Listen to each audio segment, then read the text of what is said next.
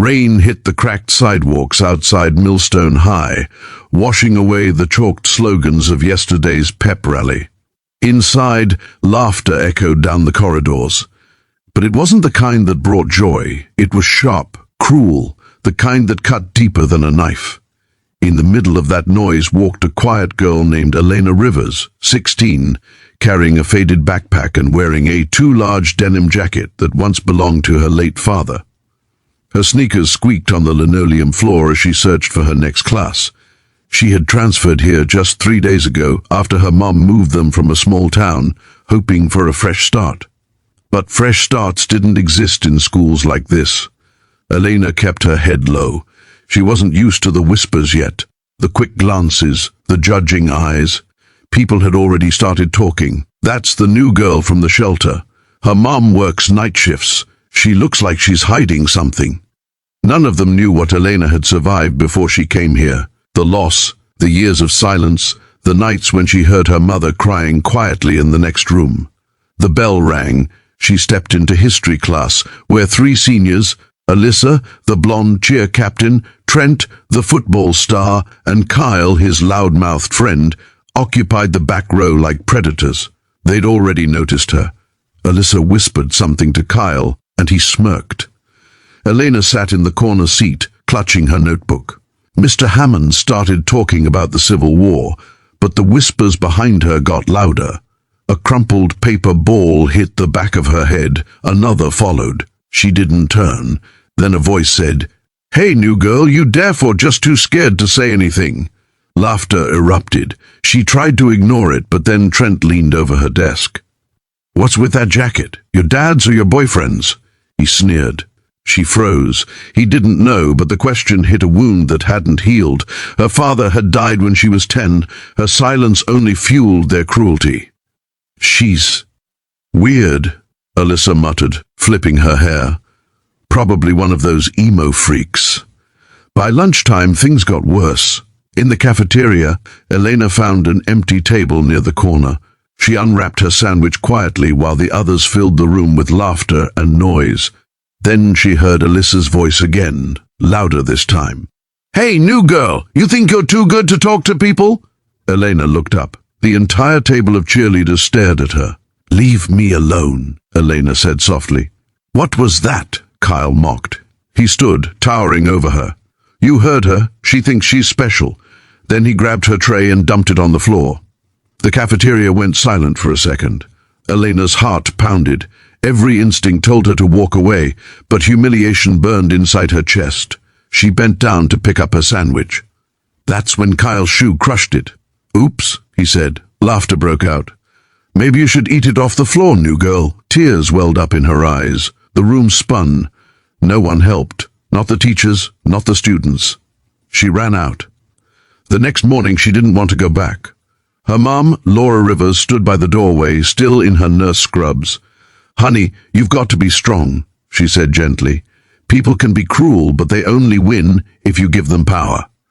Elena nodded, forcing a smile. Her mom had always been the strong one. Calm, quiet, but with a fire in her eyes when someone was wronged. At school, Elena tried to keep her distance. But bullies don't stop when they see fear. They chase it.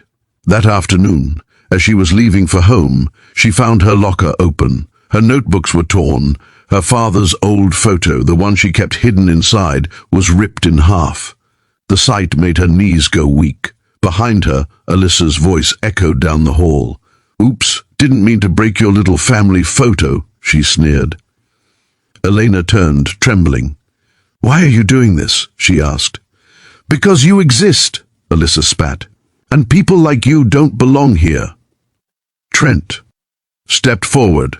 "Let's teach her what happens when losers talk back." Before she could react, Kyle shoved her against the lockers. Pain shot through her ribs. Another shove. She fell. Her head hit the cold floor. Laughter. Then kicks.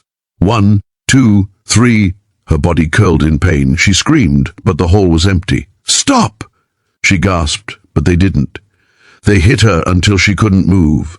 Then they walked away, laughing, leaving her in a pool of blood and tears. When the janitor found her an hour later, she was barely conscious. The hospital lights blurred above her as doctors shouted orders. Broken ribs, bruised lungs, mild concussion. She couldn't speak. Her mother arrived minutes later, breathless, terrified, her white scrub stained with hospital blood from another shift. She saw her daughter on that bed, tubes and bandages everywhere. Her heart broke into 1,000 pieces. "Who did this?" Laura whispered, her voice trembling. "Tell me, baby." Elena's lips moved weakly. They laughed, Mom." That was all she could say before passing out. Laura stood frozen for a moment. Then her eyes changed. The softness vanished. Something fierce, something buried deep, awoke inside her. The hospital lights reflected in her wet eyes, but the tears stopped. In their place came silence. Cold, sharp silence. By the next morning, Laura was no longer the same woman. She had spent the night by Elena's bedside, watching the machines beep, replaying every moment in her head. She had begged the school once before when Elena was bullied in their old town. No one listened. Not again. Not this time. At 8 a.m., she walked into Millstone High wearing her nurse jacket, hair tied back, eyes like stone. The receptionist smiled nervously. "Can I help you?" Laura didn't answer. She went straight to the principal's office. "Where is Principal Harris?" she asked. "Ma'am, you can't just—" the receptionist started, but Laura's tone cut through the air. "Now!" The principal looked up as she burst in. "Mrs. Rivers, I understand your daughter was involved in a small incident." "Small?" Her voice shook the room. "My daughter is lying in the ICU with broken ribs. Your students nearly killed her." He blinked, adjusting his glasses. "We'll investigate." "You'll do nothing," she snapped. "You've known about these bullies for months. Teachers saw them torment her, and you all turned away." "That makes you guilty too," he stammered. "Mrs. Rivers, please." But Laura leaned over his desk, her voice cold as steel. "If you don't handle this, I will. And when I'm done, this entire school will regret the day they touched my child." Then she turned and walked out, every step echoing like thunder. The students watched as she stormed down the hallway. Teachers froze. No one had ever seen that kind of fury. She went straight to the classroom where Alyssa, Trent, and Kyle were laughing with their friends. The room went dead silent when the door slammed open. "Which one of you touched my daughter?" Laura's voice filled the air. Alyssa tried to smirk, but her confidence faltered under that gaze. I don't know what you mean," she stuttered. Laura walked up to her, eyes blazing. "You think this is a joke? My daughter is bleeding because of you." The teacher tried to intervene, but Laura's voice rose. "You stood by and let this happen, all of you." Her fury wasn't just anger. It was pain, grief, and a mother's unstoppable love mixed into something terrifying. The classroom trembled under her presence. The students looked down, silent. For the first time, Alyssa's hands shook. "You think you're powerful because you make others small?" Laura said quietly. "Let me teach you what real power looks like." Then she turned to the teacher. "Call the police. Now." The moment she left, phones started recording. The school that once ignored the truth was suddenly drowning in it. Videos spread online within hours. A mother storming into a classroom, demanding justice, her voice shaking with rage. Hashtags appeared, hashtag justice for Elena, stop school violence, hashtag mother of fury. That night, Laura sat beside Elena again, holding her hand gently.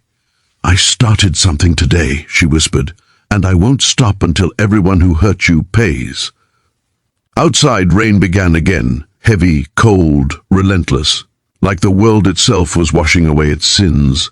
But for Laura Rivers, the storm was only beginning.